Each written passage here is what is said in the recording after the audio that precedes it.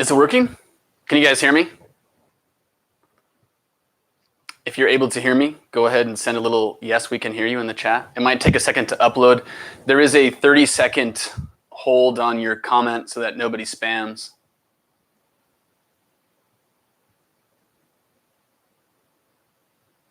Let me just type it in here in case you guys can't hear me.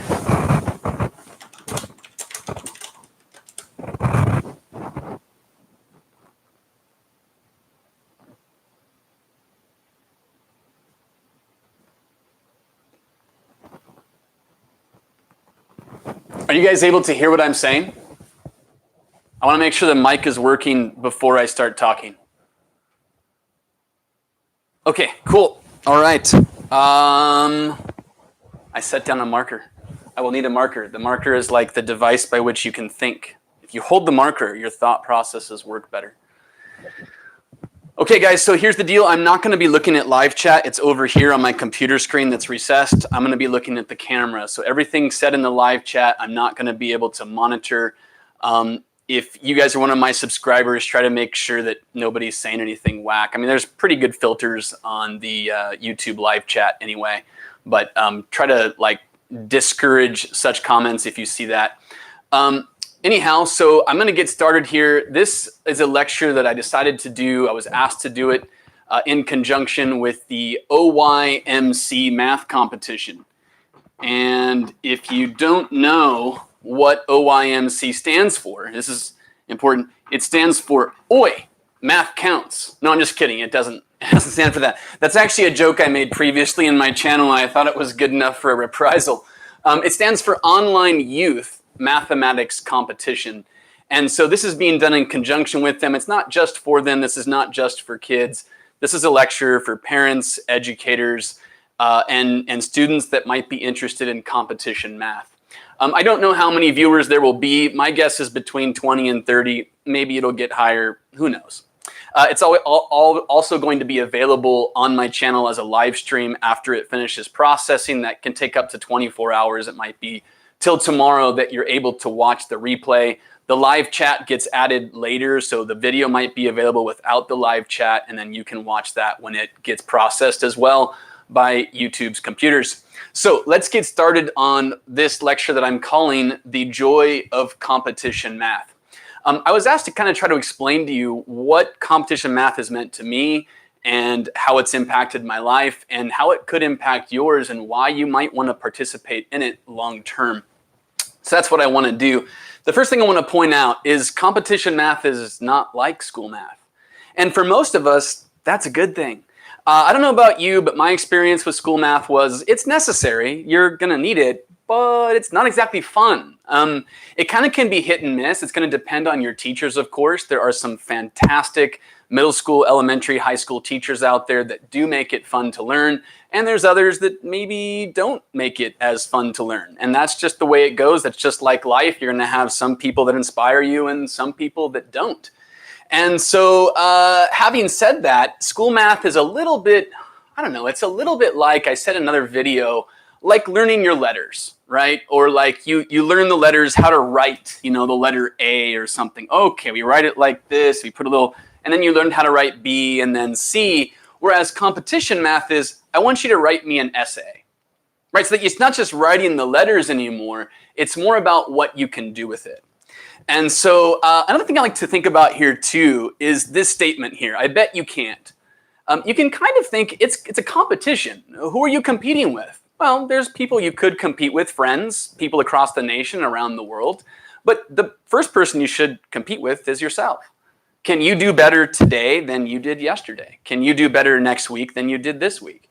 You're always trying to improve then through the competition and the joy of that competition. And so one way you can think about the problems is almost like someone, perhaps yourself, challenging you. Hey, like you're a friend, I bet you can't beat me to the end of the football field, right? And then you race and you see who wins, right? And it's kind of like that. It's like a puzzle and you're being challenged to say, I bet you can't do something, right? And then you say, okay, I can do that. I want to show you that I can do that. And so you try to step up and figure it. It's a little like a Rubik's Cube. Maybe you're challenged to solve it, or a Sudoku puzzle or something like that. where there's some doubt either from yourself or others that you're able to achieve the desired result, and then you're trying to demonstrate that. So I like that. I don't know about you, but I've always liked being told you can't do this. I remember in college, I joined a class like a week and a half in. The teacher said, there's like 0 chance that you're going to get an A because it's already, you've missed the first week and a half of lectures. You probably can't get an A anymore, but I'll let you into the class. So I joined the class and I got an A, of course. Why? Because I was challenged and told I can't. I like being told I can't. I like when you doubt me. I like proving to other people that I can do something they thought I couldn't do, or even to myself. And if you don't achieve it, it's okay. It's better to try and fail than never to try at all, I think, as the quote goes. So I made a third point here. It's similar to a program I did as a kid. Some of you might even already have done this. It's usually elementary schools, maybe some middle schools and high schools that participate. I think you can even participate outside of your schools. It's called Odyssey of the Mind. And I did this, like I said, as a kid. It still goes on today. You can search engine search this up. It's a program where, I don't know, kids who maybe the school has determined or your parents have determined or some portion of society has determined that you're somewhat gifted, participate in a process where you try to come up with creative solutions to things. And this could be something like, I'm going to give you a piece of string, I'm going to give you a box of toothpicks, a box of popsicle sticks, a plastic spoon, 4 rubber bands of different sizes, and a ping pong ball, and I want you to figure out how far you can move that ping pong ball across the room. Right? It's like a puzzle, and there's no directions. You get to think completely outside of the box and figure out how you're going to accomplish that. And in a lot of ways, competition math is a lot like that. You're going to have a series of ingredients that they're going to give you in the problem, and the people who design this, the item writers we call them, they have orchestrated what ingredients are going to be there. It's your job to look through those ingredients and figure out how you're going to get from the start of the problem to the solution to the best of your ability, and usually it's within a limited amount of time. So you've got this pressure of time kind of, I don't know, closing in on you, if you will, and it's good to feel that pressure, in my opinion. It helps you to feel that stress that you need to be able to perform. I was really good at procrastinating in school, but when the pressure hit, I got it done.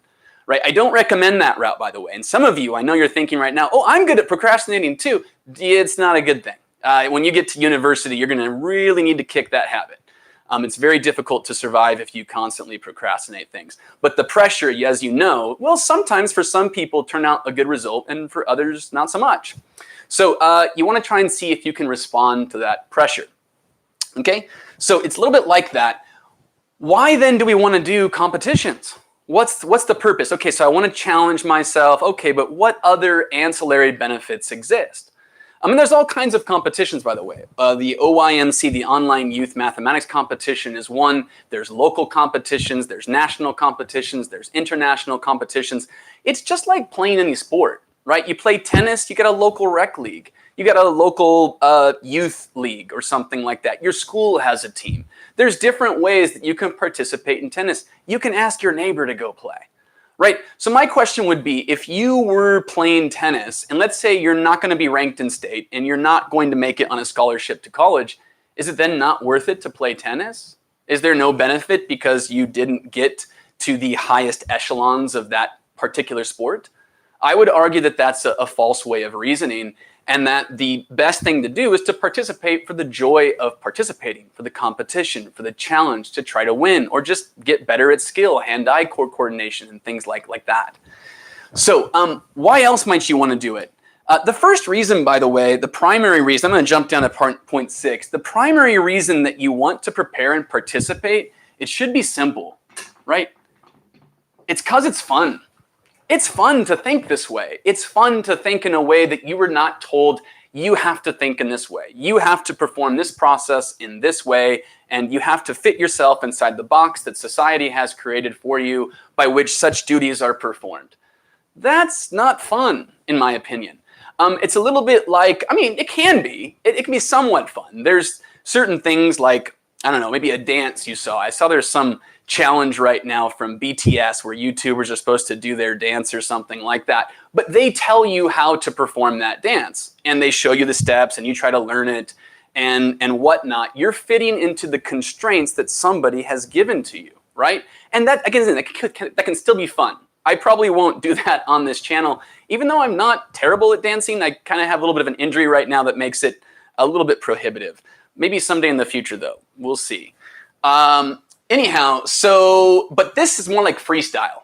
Like you're just freestyling. You're just going with what you want. Sure, there's certain things you have to accomplish in the course of the problem, but the way in which you go about it, some problems have 10 different solution methods, and you get to pick which one works for you, right? And so the primary reason then being fun, what other reasons might you want to participate in competitions or even prepare for them? One is that it cultivates the ability to innovate and to create, right? So examples of this, the example I like to give when people say, what is exactly competition math? Like, what's the difference between it and school math? There's an example I always give for this because it's easy for me to remember what it was. One of the problems I've liked a lot, it came from an AMC 8, I don't know, circa 2000, 2001, something like that. And the question goes something along the lines of, if you have the sum of two prime numbers, okay, the sum of two primes, let's call them A and B, adds up to or is equal to 10,001. Okay, so you have sum of two primes adds up to 10,001. How many ordered pairs of primes are possible that accomplish this task? And this is why I like these kinds of problems. Most people will look at this and become completely overwhelmed. I like that. I like when other people are overwhelmed and I'm able to figure it out. I don't know about you, but it feels more rewarding when you can do something that other people give up on, right? They gave up. They're like, oh man, there's 10,001. You got two integers and you're adding them. I mean, there's so many different, how could I, and you just get panicked and you want to give up. And that's good. Go ahead, give up. I'm going to keep going if you don't mind. I'm just going to keep going and I'm going to get the answer regardless of how comfortable I feel. That is a life skill. You're going to, throughout life, you're going to be required to do things that you're not comfortable doing. Or maybe you won't be. Maybe you'll just take that job where you're told exactly what to do and you perform your duties and you get an hourly paycheck every week. There's nothing wrong with those people. Like, that's fine. Like, they're great. That's great. People like that are absolutely wonderful. I don't want to denigrate them or their jobs. But you personally might not find doing that kind of work for your entire life to be rewarding, right? And so if you want to get past that kind of a future, if you will, you're going to need to be able to overcome discomfort, and you're going to have to press on past that point. This is the beginning of being able to do that. Competitions help us as individuals to get there, right? And so when I look at this, the sum of two primes, I have to ask myself, you're like a detective, right? You're like Sherlock Holmes, and you're solving the mystery, right? The murder. Who committed the crime? Well, there's no real crime here, except, yeah, none really at all. And so you're going to look at the clues. The item writer has left you clues. I need to add two things. They are two primes. So I have to ask myself a question. Don't read words. Ask yourself the question, why did they tell me this? What does this mean? What is, you can say, what does the number 2 mean? Actually, that's a whole separate, interesting philosophical discussion we're not going to get into here. But let's look at the meaning of the word prime. A prime number has exactly two divisors, right? 1 and itself. And many people think 1 is prime. You probably maybe even had a teacher in grade school that might have taught you that, because they're not really math teachers in grade school. They're teachers who like kids. And then they teach the math because they have to teach it at that level. And some of them have false information, like the idea that 1 is prime. It's not. It does have, you might think, well, it's 1 times 1. Yeah, but those are not distinct or different divisors. So really, the primes start at 2. 2 is the only even prime, and it's the first prime. And then you have 3, 5, 7, 11, and so on it goes. All of these have exactly 2 distinct divisors. Okay, so if I think about the prime numbers, what property do most of them have?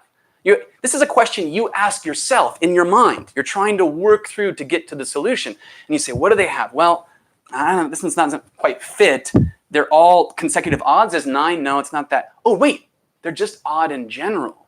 Okay, well, what do I know about odds? And if I sum them, that means to add them. So I might say 5 plus 7. You can forget this rule. I forget this rule about what the sum of 2 odds is. Well, I don't really forget, but I did it a time, okay? And you can forget what it is, and you can go 12. Interesting. Well, what if I added 2 other odd primes? Because like 99.99999% of prime numbers are going to be odd, this being the only even. And if you add a different set, 7 plus 3, you get 10.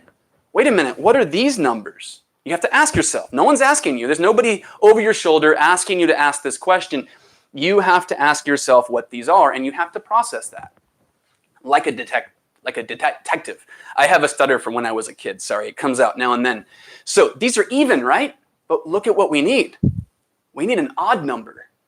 So now you have to ask, are there any two odd numbers that could ever add to an odd number? And the answer is no. And because there is none, there must be one even number involved. So if I took the number 2 and I added, the only number that could be added has to be 9,999. What's the problem here? That's not prime. It's got many divisors, one of which is obviously 9. 9 times 1, 1, 1, 1. So the answer to the question was a goose egg. There are none. There are no ways to do it. The people who gave up at the beginning thinking about all the different possibilities, they moved on. They weren't able to achieve it. But if you just applied your thought process to simple little rules, we learned about prime numbers, and if I add to an odds and evens, you learned about primes, odds, and evens probably in 3rd or 4th grade, maybe even sooner than that. You might have learned it from a different source besides your teachers at school. But look at how this simple concept of prime numbers, odds and evens, and the sum of them results in a quick and easy solution. The experienced competition solver could do this problem in probably 5 seconds or less. But the other people who are unacquainted with it, they just give up and move on, right? And so what this does, it cultivates the ability to create. You're taking the things society has produced before your time, prime numbers, odds, evens, these concepts, kind of like the string, the plastic spoon, the popsicle sticks, and the rubber bands, trying to figure out how to move that ping pong ball as far as you can with some kind of contraption, right? And you're doing the same thing with math. It's just theoretical. It's like in your mind. It's not actual physical objects. They are mental objects, if you will. And so then that's how that's going to work. And people who can do that, if you're able to innovate and to create, what kind of people can you think of right now are innovators and creators? Was Steve Jobs, right? Bill Gates. People who have created things that society needed often become far more, accomplished in life, more wealthy perhaps. They have an easier time of it. If you're working for a company and you can solve their problem with creativity and innovation, they're either going to leave you at that level of hourly pay where you're just down there at the lower level making it out for your 40 hours a week. No, they're going to promote you, man. Think about an employee is like a stock, right? If you invest in a stock and it returns an investment of $100 a year, and there's another stock that returns $1,000 a year for the same investment, which one would you invest more in? You'd probably invest more in the stock producing $1,000 a year for you, right? And so because of that, it's the same thing for employees. You're a stock. Essentially, you're an asset of the company, but they're going to invest their time and training, and they might even give you free schooling or free what do you need? You need in tech world, you need certifications. They might pay for your certifications if you demonstrate to them the ability to create, the ability to innovate, your usefulness to that company. What if you don't want to work for the man? What if you want to work for yourself? You don't think entrepreneurs have creativity and the ability to innovate?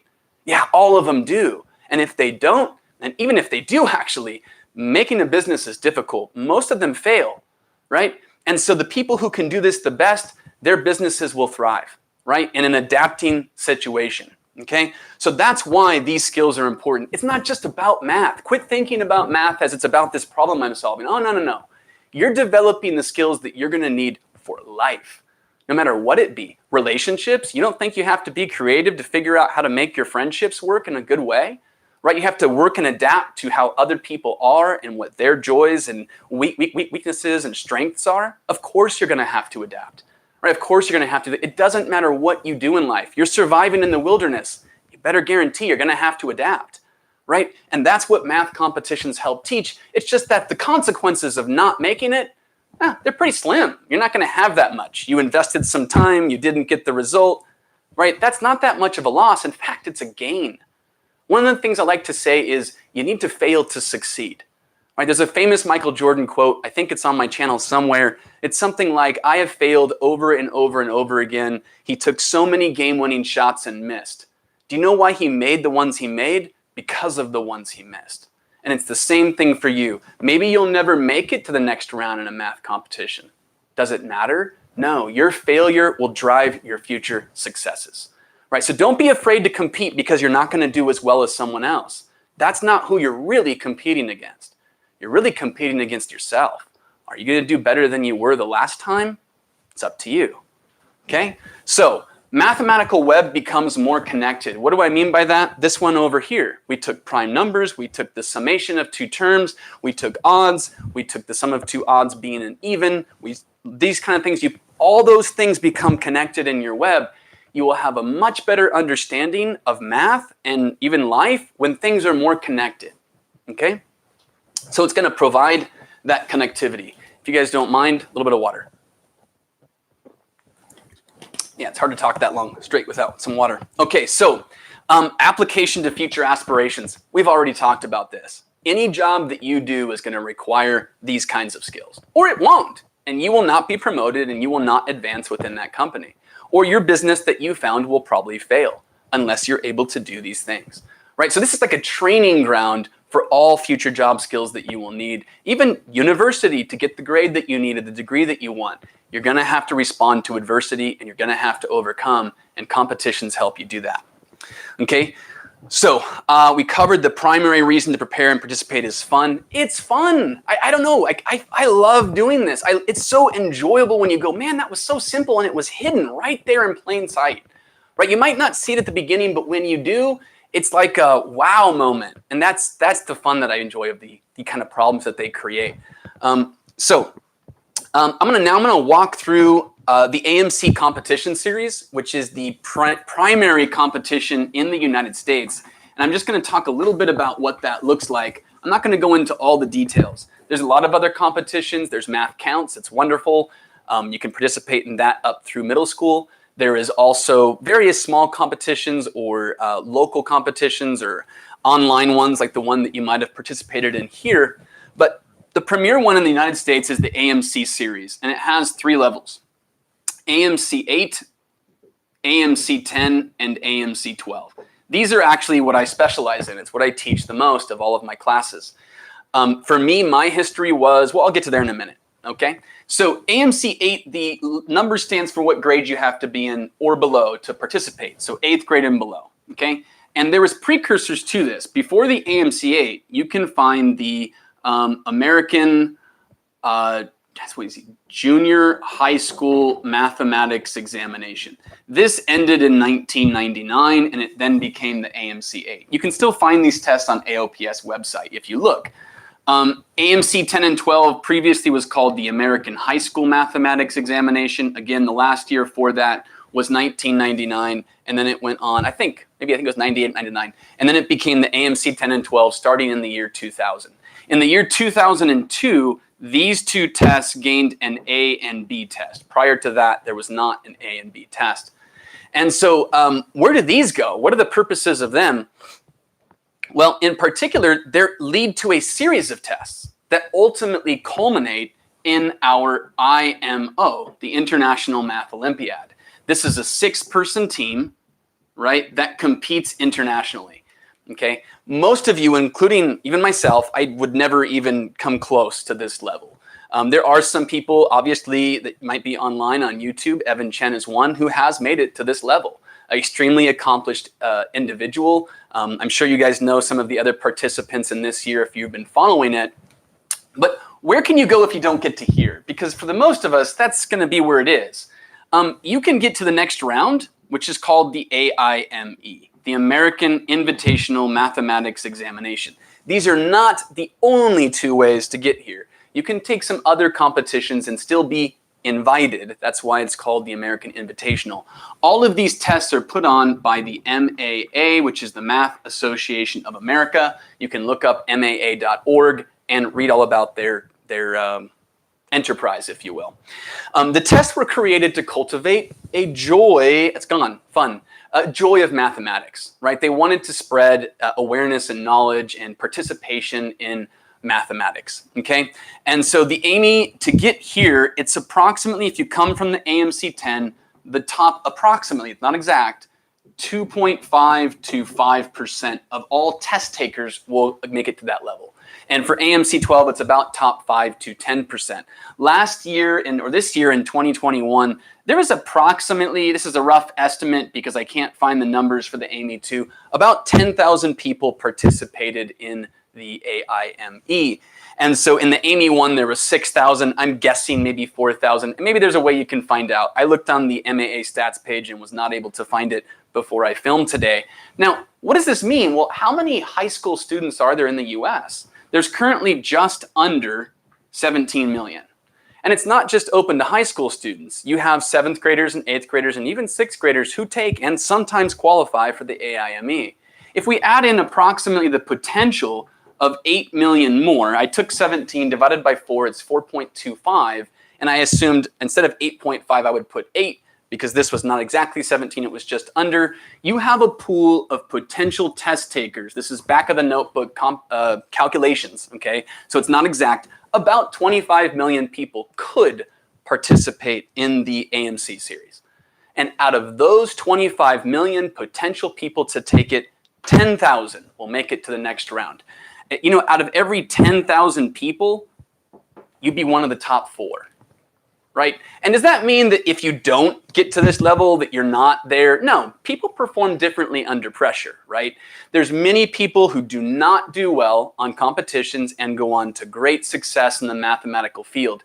You should not perfectly correlate your performance on these. I hear it from students all the time. I never made AMY in my career, so I decided not to pursue math. Do not have that outlook. There are so many benefits to being able to do that, to go to college or university and pursue a math career or a STEM field. And they're very lucrative jobs that you get on the backside of that as well. But it's just, again, the whole purpose is the fun of it. But so you get an idea of the difficulty of just making it to AMY. On the forums, you'll see some people denigrate this accomplishment because they're letting in a few more participants than recent years. 4 out of 10,000 is pretty good. Right? And so I really think this is a major accomplishment. You might be surrounded by AMY qualifiers at your school. You might know 10 or 12 who scored higher than you. Stop comparing yourself to the tree right next to you and look at the whole forest, right? And so it's easy to get lost in the fact if you go to a premium school or an elite school, a lot of students are maybe even getting to the next round after this called the USAMO or USAJMO, and you think, oh, I'm not good at math because they got to there and I didn't. Do not do that. Okay, even if you never qualify for AMY, it doesn't mean you're not good at math. Maybe you don't perform calculations really quickly under the pressure of time.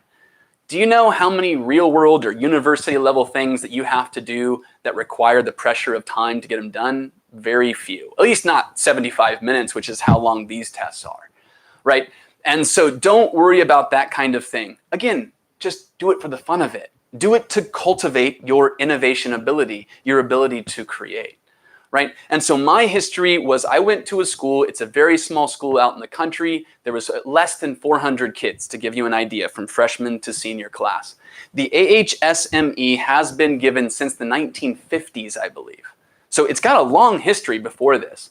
And you could qualify for AIME before that from this test as well. In the history of my high school, there had never been an AMY qualifier when I qualified my senior year. At that time, there wasn't a lot of resources. We didn't have like everything that you guys have access to today, but I was the first one at my school. And that accomplishment led me to where I am right now. I don't have this job. I'm not speaking in front of you without having done that. It's changed my life completely, right? And so another thing that changed my life was the AOPS community. What Richard created. I'm not going to say his last name because I think I was saying it wrong in the past.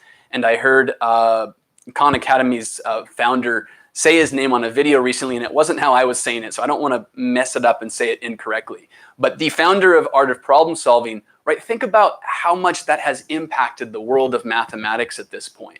He got there as well because he loved competition math, right? And so that decision that he made to found this company, the impact is massive, right? So if you find this kind of stuff enjoyable, there's no limit to what you could accomplish with the skills that you learn here, right? Maybe you, like us, will be inspired to do something in this field. Maybe you'll be inspired to help people in your local community, right? Maybe you're not going to go on to some big awards or something like that. Does that mean it's not worth it? Isn't it worth it if you take your neighbor's, son or something like that, or daughter, and you tutor them on the side and help them to find a love for mathematics? Maybe that student goes on to change the world. Does that mean that you didn't have an impact? Right? And so you can do a lot of things with this. You can apply the skills, as we said earlier, to any job, any future that you want. All of it is impacted by your preparation, right? It's not just your performance, it's also the preparation. That time preparing, that's going to grow your skill. That's going to make your web of mathematical concepts more connected and easier to apply to future problems. Okay? So last thing I wanted to go through, how hard is it to get to AMY? We've already covered that. In addition to what I said, there's an answer to this question by Matthew Crawford, who used to work for AOPS, and it's on Quora.com. So if you look at Quora, you type in how hard competitive is the AMC AIME. He gave a fantastic response that I cannot do justice to, and I'm not going to read it now. Later, when I get to write the description of this video, I will drop a link to that in the description. I hope you understand then why so many people really enjoy this. It's no different than competing in any physical sport. It's just that this is a mental one. And your performance in it, whether you don't make it to the top of the food chain of the competition, that's not going to be what measures up what you gained from the experience, right? Some people don't participate in something because they can't be number one. Well, then you best well not do anything in life, because there's not going to be a whole lot of things that you are number one in the world in, right? And it's okay if your friend does better than you. That's awesome. Be happy for them. Now, you just need to take what you were given, your skill set, your background, and do the best you can. Some people will have more resources than you. Some people will have less. It's not about them. It's about, are you improving yourself? And then, what are you going to do with what you learned? This kind of ties into what is mathematics, another video on my channel, which was filmed before I knew how to film. I had no good recording equipment. The sound is horrible. The video is horrible. I'll probably refilm that at some point. But the question is, math is not about direct application. Do not think that mathematics is, when you say, when am I ever going to use this? That's kind of the wrong question. You're probably never going to use Pythagorean theorem. But what you will use is how you learn to think. If you can learn to think about Pythagorean theorem, then you can take the process by which you learn to think about that, and you can learn to think about your future, how to fix the problems of the world, how to fix the problem within yourself, how to fix the problems in your society, in your neighborhood, in your job, all of these things, right? You become creative. You become able to see how to connect all of the things that you have access to, the tools that society before us has given us to work with, and you learn how to solve those problems, not math problems. Math problems are fun, but this is like a sandbox by which you gain the skills that you can solve any other problems. I hope this helps, guys. This is the end of the lecture.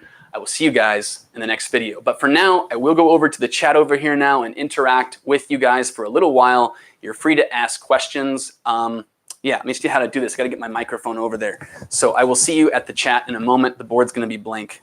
Be right back.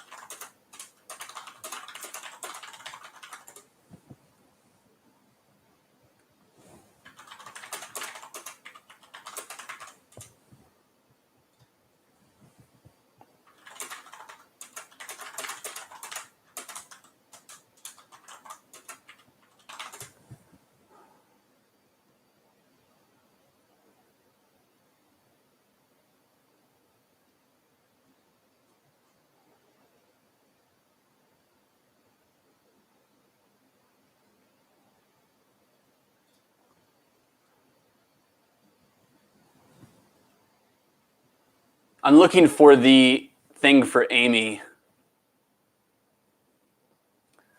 Let me just try and send it. Maybe I can do it from my phone. I'll send myself the link and then load it. My Google search didn't produce anything. Darn Google search. All right, send it to my other email.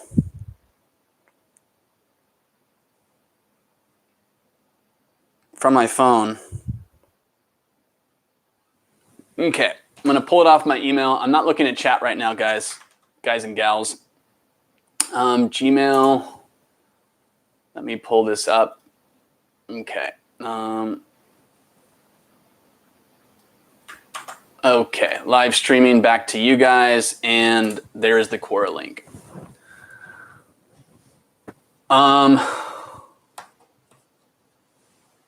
Lower the slow mode. Am I able to do that right now? I don't think I can anymore without stopping it. Sorry, Bryce. Not Bryce. I want to say Bryce, but it's I was thinking it's what it was for. Maybe it is Bryce. Who knows? It's a mystery. See ya, Bryce.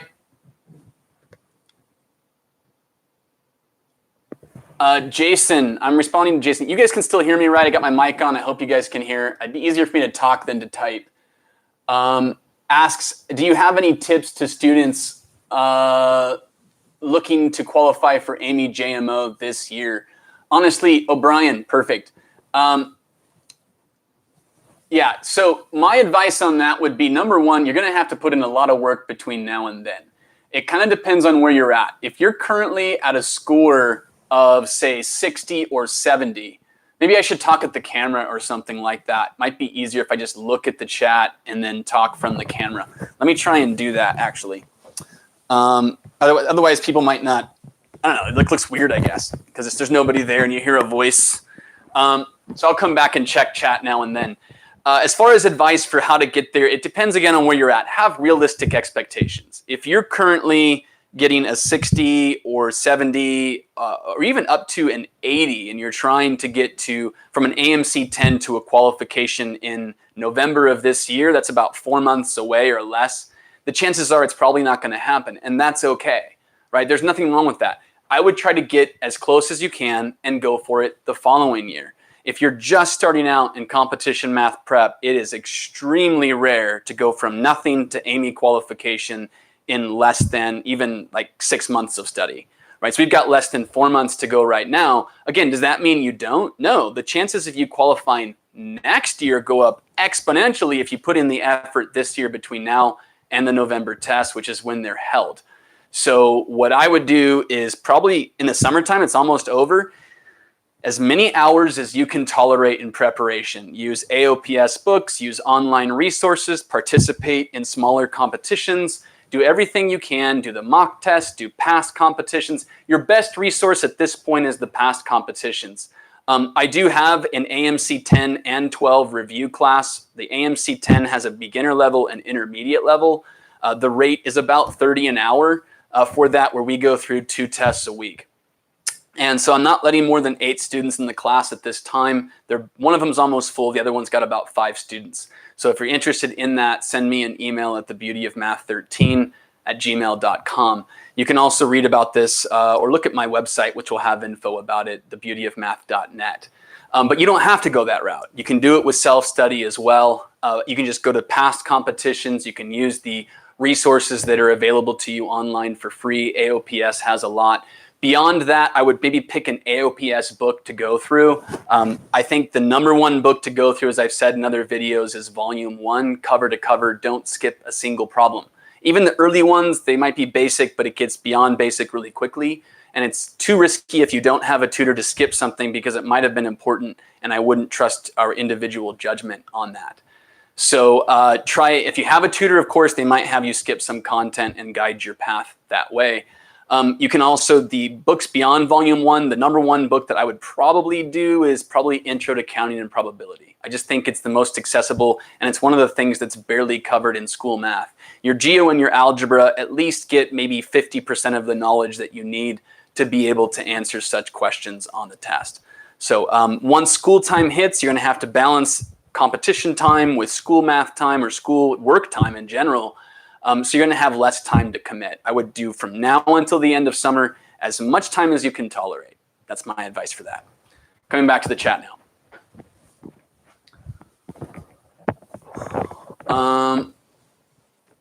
Any other questions? Let's see. Bry left. Link. Alan, no, not that.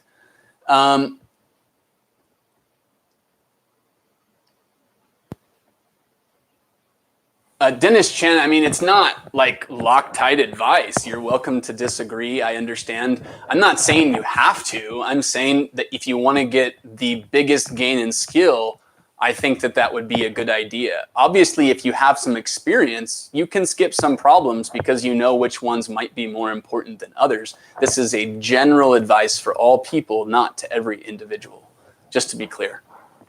Other questions? Good point, though, Dennis. Thank you for the comment. Other questions that you guys have?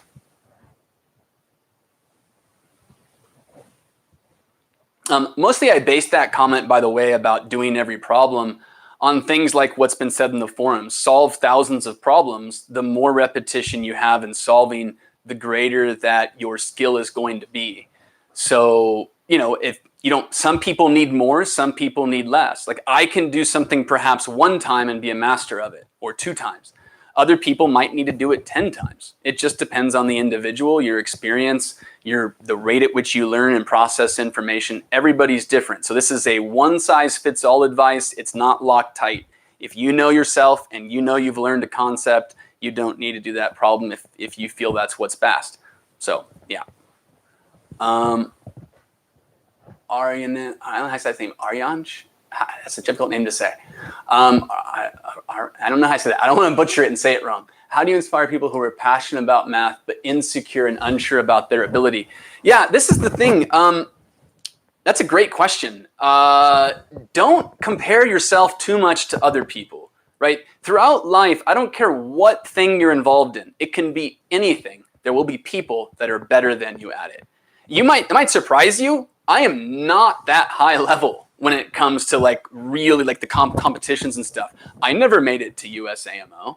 I never made it to USA JMO. I barely qualified for Amy and I didn't do well on it, right? And so, yeah, I came from a different background, a school that didn't have resources, tiny. They're not really known for, you know, producing that kind of academic pursuit.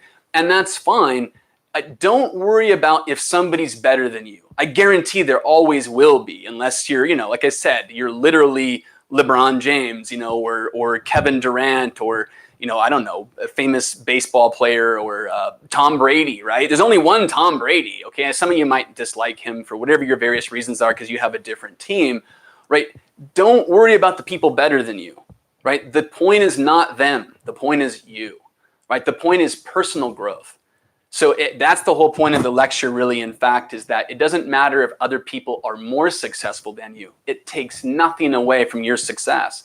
You were dealt a different hand. Everybody gets dealt a hand when you're born, right? You have family structure, you have events in your life, you have deaths in the family, you have events in your school, you have the quality of the teachers available to you, you have different financial resources, you have different communities, you have different things of adversity facing everyone.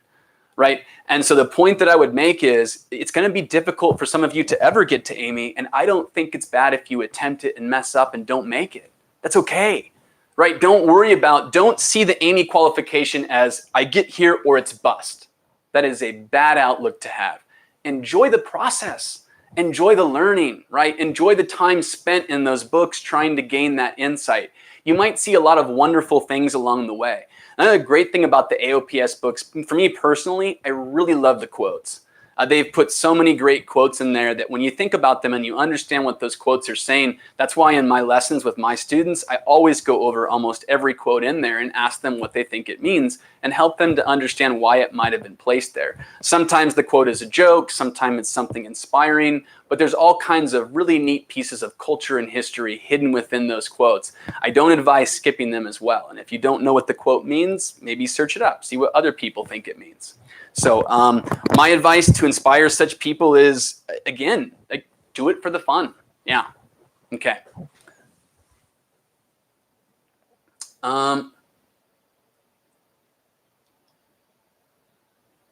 Yes, Dennis Chin, that's a great point. If you're not ready for a problem, right? So when you first start out learning, a lot of times when students begin preparation for AMC 10, there's 25 questions and you try to do all 25. Honestly, when your level is 8 or 9 problems right or less on an AMC 10, 25 is not your battle. Don't wrestle with problem 25 and 24 right now. They will be your battle later, right? You can think of it like, I started playing basketball last week. I'm going to take my middle school or high school basketball team and we're going to go beat the Milwaukee Bucks now. No, that's not how it works, right? You probably couldn't maybe even beat another local team at your school when you just started it out. So don't go trying to defeat problem 25 when that's not where you're at. Dennis Chin makes an excellent point in the comment that some problems are going to be beyond you. Don't be discouraged. It's okay. There's so many problems beyond me. I still have not mastered so many topics, things like Chinese remainder theorem. I keep telling myself, make time to learn that, make time, and I never get time, I never get a chance. That's why there are, in fact, really great teachers out there, far better than me. It doesn't mean I can't enjoy what I'm doing and enjoy the process. And the same goes for you. If you can't answer something in the book, maybe keep an Excel document where you keep track of the problems you couldn't answer. After you complete it, go back, find some resources that target that topic, and see if you can unravel it down the road. Right? Don't worry. It's like you start a video game and you're level 1 and you're trying to defeat the end boss. Right? I mean, I have seen people do that in some games, but it's pretty extremely rare, and they're usually using some kind of an exploit the game forgot to, accommodate for. Right? And so it's really difficult to do that.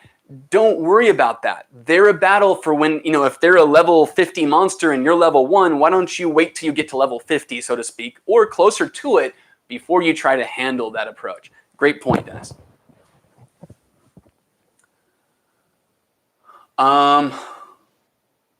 Okay, Jason, see you later. Ryan, the best way to improve in competition when you're strict on time to do so, just give it what you have. Right, again, if you have limited time, this is that whole thing about everybody has a different background, a different set of cards that are dealt to them. Your set of cards says that you have restricted time. You're doing many more things. By the way, this is why you really want to throw yourself at it in middle school. You might think you're busy in middle school, and you might even be so. You have no idea when you get to high school and start taking your AP courses and there's an hour to an hour and a half of homework from every class every night. Your time gets overwhelmed and your time to invest in these things goes way down. So if you're in middle school right now or you have a student in middle school right now, I would recommend you take advantage of the time that you might think you're busy, but honestly, from a long-term perspective, you have more leisure time than you realize, and try to invest it now. If you can build a very strong foundation in middle school, then you can still spend time in high school. It depends on how quick you are with your work, how many other extracurriculars you're doing, volunteer projects, things like that. Everybody has a different set of circumstances that are made available. Maybe you're doing sports. I had a student this last year who's on their high school varsity boys team. They have practice every day. They still qualified for AMY as a junior, right? And that's pretty cool, right? So you might have other things going on in your life. That's all right. Do the best you can with what you have. That's really the only thing you can do, right? There's nothing you can do about your situation. I guess you could give up piano or violin or swim or whatever it is that you're doing, that you're investing time in. Maybe you have a family member that you're helping to take care of because they have a health condition. There's all kinds of things that you might have going on. Don't worry about what you don't have time to do. Do what you can do and do the best you can with the time that you have and be satisfied with that result. There was a famous skier, female skier. She was in the Olympics about 4 or 8 years ago, something like that. And I think she got silver. And they asked if she was disappointed. And she said, no, she skied to the best of her ability. And this is exactly how you should think. Don't be disappointed when you don't get gold. Be disappointed if you don't perform to the best that you are capable of. That's it. Not what somebody else had with their free time and their resources and finances and books and all kinds of time spent and years spent. If you're starting now in 9th grade or 10th grade or 11th grade or any grade and you're behind the curve, so to speak, no, you're not. It's your curve, not somebody else's, right? You do the best that you can with the hand that you were dealt, right? And it doesn't matter what they were dealt, doesn't matter what they get. You're comparing yourself to yourself, and you have to look at your performance in light of the hand that you were dealt. And that's all I can say on that. Um,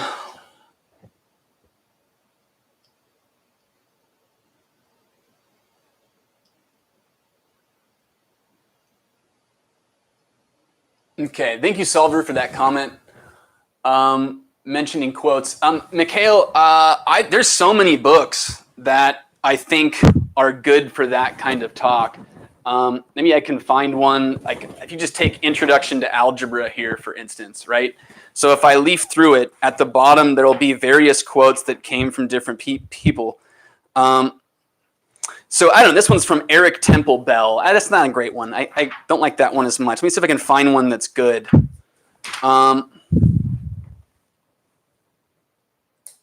Okay, so here's one. This is from EC, I don't know how to say it, Titchmarsh. Okay, so it's right here at the bottom of the page. Most of their quotes appear in the extras at the bottom of the page.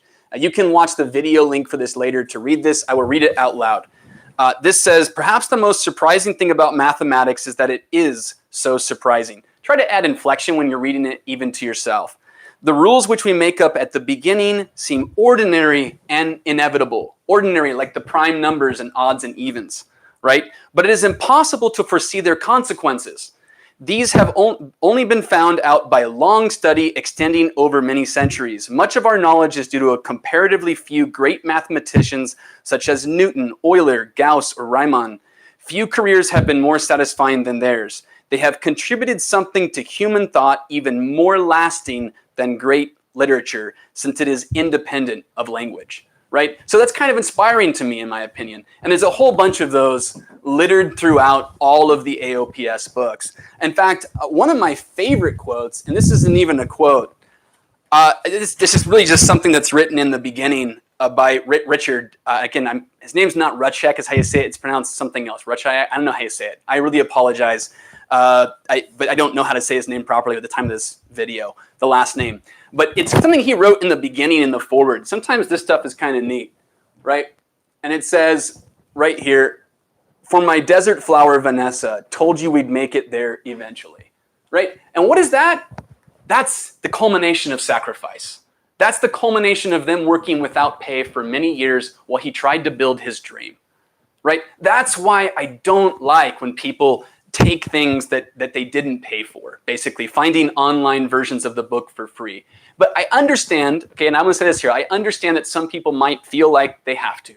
That's your call, that's your morality, that you have to figure out what's right for you. All I will say is if you feel that, maybe you should consider purchasing the book when you can afford it, right? Or contributing to the company in some way, doing something to return back what you received, right? They made these kinds of books, or Richard and the people that he worked with, I don't know how to say his name either, but they worked on it without pay for a very long time, right? And they sacrificed so much to be able to give us tools that we could then enjoy math to a greater degree. And I really like that, right? This just shows, my heart moves for this, right? This is his wife, I would presume, right? And so he's communicating to her, he's dedicating, this is the dedications page, right? Dedicating to her the work that it took, the culmination of it, which was this book.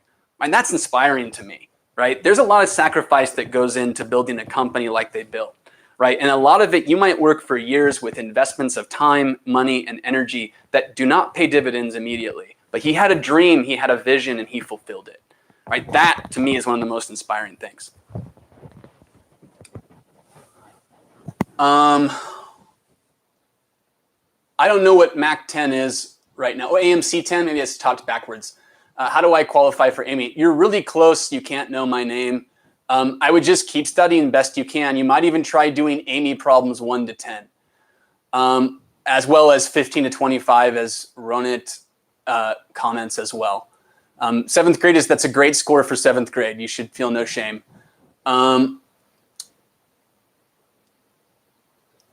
Okay, I don't know what they're saying by can you not. Any last questions, guys? I'm going to get going here in a minute. I hope you enjoyed it. If you have any last questions or comments, please leave them now. I'll give about 5 more minutes before I'm done. Mostly because I have to teach here at 4:30. I moved away from the camera so I can read the chat.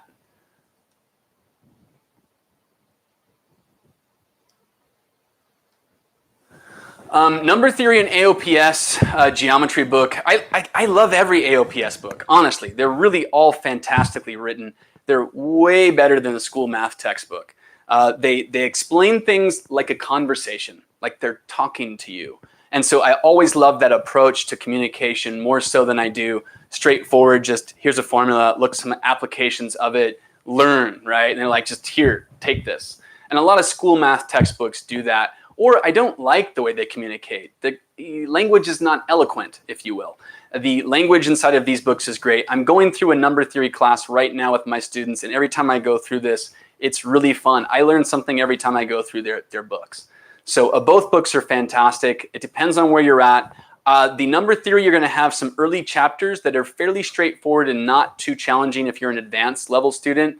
I would still try to do the problems that look challenging. If a problem looks too easy, try doing it mentally. Sometimes I'll go back and do AMC 8s entirely in my head. Or try to at least. Do the best I can to do 1 through 25. It forces me to organize my thought process in a way that when I do it on paper, it's much more streamlined. So you can try that as well for easy problems. If something's too simple, try mentally calculating it, okay? Looks like that's it for now. I am gonna end the live lecture here, guys. Thank you so much for attending. I hope you enjoyed it. Enjoy your day. I will see you in the next video.